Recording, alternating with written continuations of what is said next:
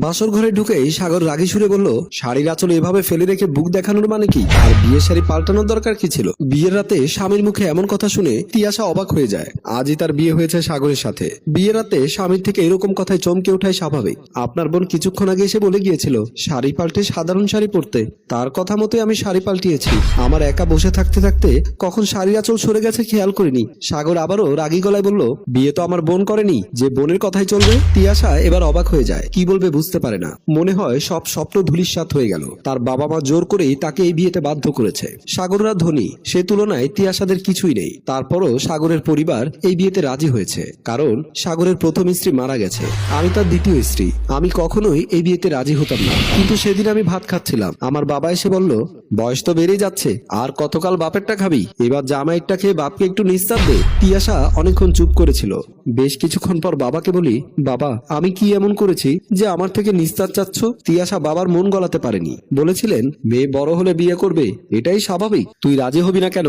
হ্যাঁ, এজন্য আমার চেয়ে 15 বছরের বড় একজনের দ্বিতীয় স্ত্রী হিসেবে তার কাছে পাঠিয়ে নিস্তার পেতে চাচ্ছ তো? ঠিক আছে, আমি বিয়ে করব, নিস্তার দেব তোমাদের। এরপর আমার সাথে বিয়ে হয় সাগরের। বিয়ের প্রথম রাতে আমি বুঝতে পারি কোথায় এসে পড়েছি।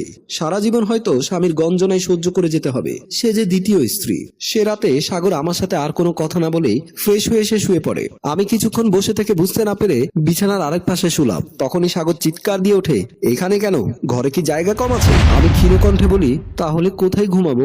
বাসায় অনেকগুলো রুম আছে, যেখানে ইচ্ছে যাও, কিন্তু আমার বিছানায় না। আপনি যদি একটু কষ্ট করে বলে দিতেন কোথায় থাকবো, তাহলে ভালো হতো। আমি আগে আসিনি তো কখনো, তাই চিনি না। আমি উঠতে পারবো না, ভীষণ ঘুম পাচ্ছে। পারলে সোফায় ঘুমাও, চাইলে নিচেও থাকতে পারো, কালকে দেখিয়ে দেবো কোথায় থাকবে। এইটুকু বলে সাগর কাঁথা দিয়ে মাথা ঢেকে ঘুমিয়ে যায়। আমি আর সাহস পাইনি সাগরকে ডাকার। সাগর ঘুমানোর পর আমি সোফায় গিয়ে বসি। হঠাৎ করে কেন যেন মরে যেতে ইচ্ছে করছে।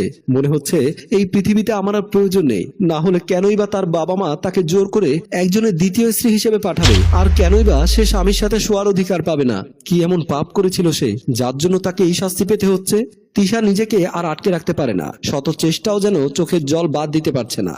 গাল বেয়ে গড়িয়ে পড়া পানি তিয়াসের শাড়ি পর্যন্ত ভিজিয়ে দিচ্ছে। তিয়াসা এবার উঠে ফ্লোরে বসে যায়। জানা তো নেই, যদি কান্নার শব্দে সাগর উঠে যায় তাহলে আবার কি করে বসে?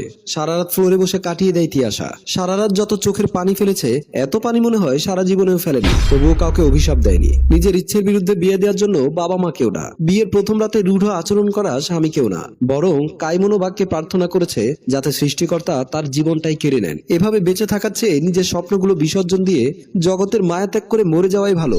এভাবে কখন যে রাত কেটে যায় আমি টেরও পাইনি। ফজরে আজান শুনে বুঝতে পারি সকাল হয়ে গেছে। ওয়াশরুমে ঢুকে অজু করে নামাজ পড়ি। তারপর অনেকক্ষণ মোনাজাত করলাম। এরপর আবারও বারান্দা যায়। কিছু তো আর করার নেই। এদিকে সাগর তো ঘুমাচ্ছে। এদিকে কিছুক্ষণ পর সাগর ঘুম থেকে ওঠে। তিয়াশা বারান্দায় ছিল, খেয়াল করেনি। সাগর বারান্দায় এসে তিয়াশাকে দাঁড়িয়ে থাকতে দেখে বলে, সকাল সকাল এইভাবে বাইরে দাঁড়িয়ে থেকে নিজেকে সবার সামনে দেখানোর মানে কি? আমার ঘরে কি জায়গা দেয়নি নাকি যে বারান্দায় এসে নিজেকে এইভাবে প্রদর্শন করতে হবে?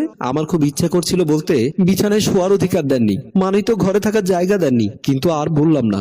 না জানি এটা শুনে সাগর আরো কি কি করবে। তিয়াশাকে চুপ করে থাকতে দেখে সাগর আরো জোরে বলে, একবার বললাম কথা কানে যায় না? তিয়াশা আর কিছু না বলে ঘরে যায়। সাগর বাথরুমে যায় ফ্রেশ হতে। সাগর বাথরুমে যাওয়ার পর তিয়াশা রুম থেকে বেরিয়ে আসে। রান্নাঘরে গিয়ে দেখে সাগরের মা কাজ করছেন। তিয়াশা এগিয়ে এসে বলে, মা আমি সাহায্য করি। সাগরের মা ঘুরে তাকিয়ে বলল, না না আমি করছি, রাতে তোমার কোনো সমস্যা হয়নি তো? তিয়াশা একবার ভাবলো, যে ছেলে তার স্ত্রীকে নিজের সাথে থাকতে দেয় না তার সাথে সমস্যা কি হবে, কিন্তু সেরকম কিছু না বলে হাসি মুখে বলে, না মা কোনো সমস্যা হয়নি। সাগরের মা একটু সন্দেহ দৃষ্টিতে তাকালেন। মনে হয় আশা করেছিলেন তিয়াশা একগাদা সমস্যার কথা বলবে। সেরকম কিছু না হওয়ায় একটু অবাক হয়েছেন, কিন্তু সেজন্য কিছুই বললেন না। তিয়াশাকে বললেন, আচ্ছা তুমি যাও, আমি নাস্তা নিয়ে আসছি। মা আমিও আপনাকে সাহায্য করি, তাহলে তাড়াতাড়ি হয়ে যাবে। সাগরের মা এবার হাসি মুখে সায় দিলেন। তিয়াশা জিজ্ঞেস করে, উনি কি পছন্দ করে? কিছুই তো জানি না। সকালে নাস্তা খান কখন? সাগরের কথা বলছো তো? ও সকালে 1 কাপ কফি খায়, এরপর নাস্তা খেয়ে অফিসে চলে যায় 8টার মধ্যে। এখন কি তাহলে কফি দেবো? হ্যাঁ দাও। তিয়াশা খুঁজে খুঁজে সব বের করে কফি বানায়। এরপর সাগরের রুমে নিয়ে যায়। সাগরের দিকে কাপ এগিয়ে দিয়ে বলে, আপনার কফি। সাগর না নিয়ে জিজ্ঞাসা করে, কে বানিয়েছে এটা? তিয়াশা ভয়ে ভয়ে বলল, আমি। সাগর এবার চিৎকার দিয়ে বলে, কে তোমাকে সাহস দিয়েছে আমার জন্য কফি বানানোর? সাগরের চিল্লাচিল্লিতে সাগরের মা এসে জিজ্ঞাসা করে, কি হয়েছে সাগর, এইভাবে চেঁচাচ্ছিস কেন? সাগর তার মাকে বলে, ওর সাহস কি করে হয় যে আমার জন্য কফি বানিয়ে আবার আমাকেই দেয়? কে এত সাহস দিয়েছে ওকে? কি যাতা বলছিস? তোর বউ তোকে দিলে দোষের কি আছে? এজন্য এভাবে চিৎকার করবি নাকি? সাগর আরো উচ্চ স্বরে বলে, কিসের বউ? তোমরা নিজেরা আমার বউ বানিয়ে দিয়েছো।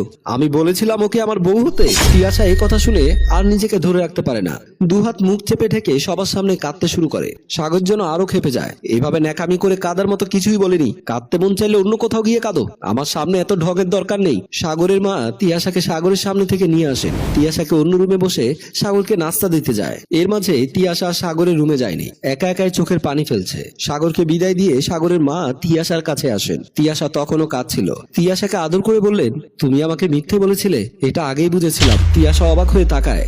বললে না যে রাতে কোনো সমস্যা হয়েছে? হয়েছে তো জানি, কি হয়েছে সেটা বলো। তিয়াশা কান্নার জন্য কথাই বলতে পারছে না। সাগরের মা তিয়াশাকে বললেন, দেখো মা, তোমার মানিয়ে নিতে কষ্ট হবে, কিন্তু আমার বিশ্বাস সাগরকে তুমি ঠিক করতে পারবে। আর তোমার যদি কোনো কষ্ট হয় তাহলে তুমি আমাকে বলো, কিন্তু সাগরকে কিছু বলতে যেও না। তিয়াশা এবার শাশুড়িকে প্রশ্ন করে, আচ্ছা মা, ওনার কি হয়েছিল বলবেন কি? আমি আসলে হুট করে বিয়েটা করে ফেলেছি, কোনো প্রকার প্রস্তুতি ছাড়াই, তাই তেমন কিছুই জানি না। শাশুড়ি বলল, হ্যাঁ অবশ্যই, স্ত্রী হিসেবে তোমার তা অবশ্যই জানা উচিত। সাগর আগে কতটা খারাপ ছিল তুমি কল্পনাও করতে পারবে না। ভাবতে পারো মা কেন তার ছেলেকে খারাপ বলবে? কিন্তু এটাই সত্যি। সাগর আগে মাদকাসক্ত ছিল, নিজের গ্যাং ছিল, খারাপ ছেলেদের সাথে ওঠা বসা ছিল, বিভিন্ন অপরাধে কয়েকবার থানা পর্যন্ত গিয়েছে। তোমার শ্বশুরের ক্ষমতায় হয়তো ওকে বের করে এনেছি, কিন্তু ও শুধরায়নি। তখন আমি আর তোমার শ্বশুর সিদ্ধান্ত নেই সাগরের বিয়ে দেব। সাগরের মা থামেন। তিয়াশা কৌতূহলী হয়ে শুনছিল। জিজ্ঞাসা করে, তারপর? সাগরের মা আবারও বলতে থাকেন, তারপর একটা মেয়ে দেখে সাগরের বিয়ে দেয়।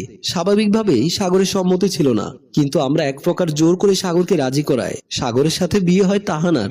আমরা ভেবেছিলাম সাগর বিয়ের পরে তাহানার সাথে ঝামেলা করবে, কিন্তু তাহানা মেয়েটার হাতে জাদুই ছিল মনে হয়। কিভাবে সাগরকে ঠিক করে ফেলেছে বুঝতেই পারিনি। 6 মাসের মধ্যে আমার বকাটে ছেলে মানুষ হয়ে যায়। তিয়াশা জানতে চায়, ওনার কি হয়েছিল?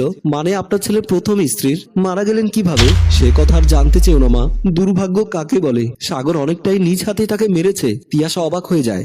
নিজ হাতে মেরেছে মানে? সাগর আর তাহানার সংসার খুব ভালো চলছিল। সাগর খারাপ পথ থেকে ফিরে এলেও তার রাগ ছিল বেশি। একদিন সাগর আর তাহানার কথা কাটাকাটি হয়, কিছু নিয়ে অনেক ঝগড়া হয়। সাগর সেদিন তাহানার গায়ে হাতও তুলে। তাহানা এতে অনেক কষ্ট পায়। যাই হোক, এক পর্যায়ে আমরা অনেক বুঝালাম। তাহানা বলে সাগর যতদিন ক্ষমা না চাইবে ততদিন সে এই সংসার করবে না। সাগরও বলে সে ক্ষমা চাবে না। এরপর তাহানা বেরিয়ে যায় ঘর থেকে। সাগরের মা শাড়ির আঁচলে চোখ মুছেন। তিয়াশা শোনার অপেক্ষায় থাকে। সাগরের মা বলতে থাকেন, সে রাতেই তাহানা বেরিয়ে যায়। আমি আটকাতে গিয়েছিলাম, কিন্তু সাগর আমায় বাধা দেয়। পরের দিন সকালে খবর পায় তাহানা রাস্তায় অ্যাক্সিডেন্ট করেছে, হাসপাতালে ভর্তি। সাগর তাহানার সাথে যতই খারাপ ব্যবহার করুক না কেন, তাহানাকে সত্যিই ভালোবাসতো, তাই সে সবার আগে ছুটে যায়। আমরাও যাই। সেখানে শুনতে পায় তাহানার অবস্থা একদমই ভালো না, যে কোনো সময় খারাপ সংবাদ আসতে পারে। সাগর পুরোপুরি ভেঙে পড়ে। সন্ধ্যার দিকে ডাক্তার এসে জানায় তাহানার জ্ঞান ফিরেছে। সাগর তখনই ভেতরে যায়, তাহানার হাত ধরে ক্ষমা চায়। তাহানা কথা বলার অবস্থায় ছিল না, শুধু মুচকি হাসে।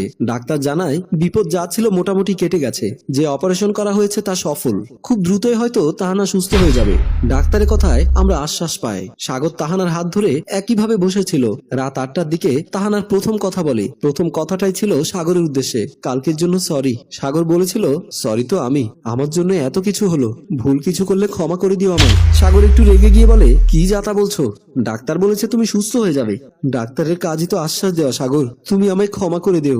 ভুল তো আমিও করেছি তাহানা, ক্ষমা তো আমারও চাওয়ার কথা।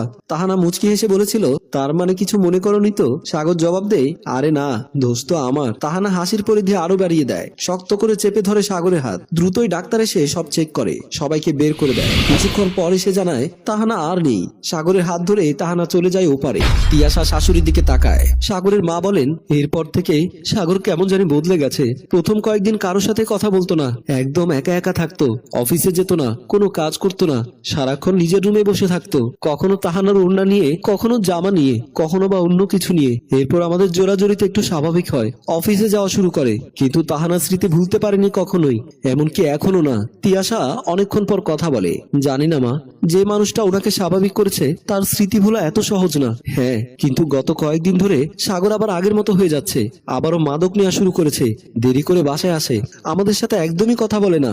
মা, তুমি পারবে। আমার ছেলেকে সুস্থ স্বাভাবিক জীবনে ফিরিয়ে আনতে আমি শাশুড়ির হাত ধরে কথা দিলাম, যতক্ষণ পর্যন্ত সাগর সুস্থ হয়ে স্বাভাবিক জীবন আসবে না ততক্ষণ পর্যন্ত আমি যুদ্ধ করে যাব। এটাই আমার চ্যালেঞ্জ।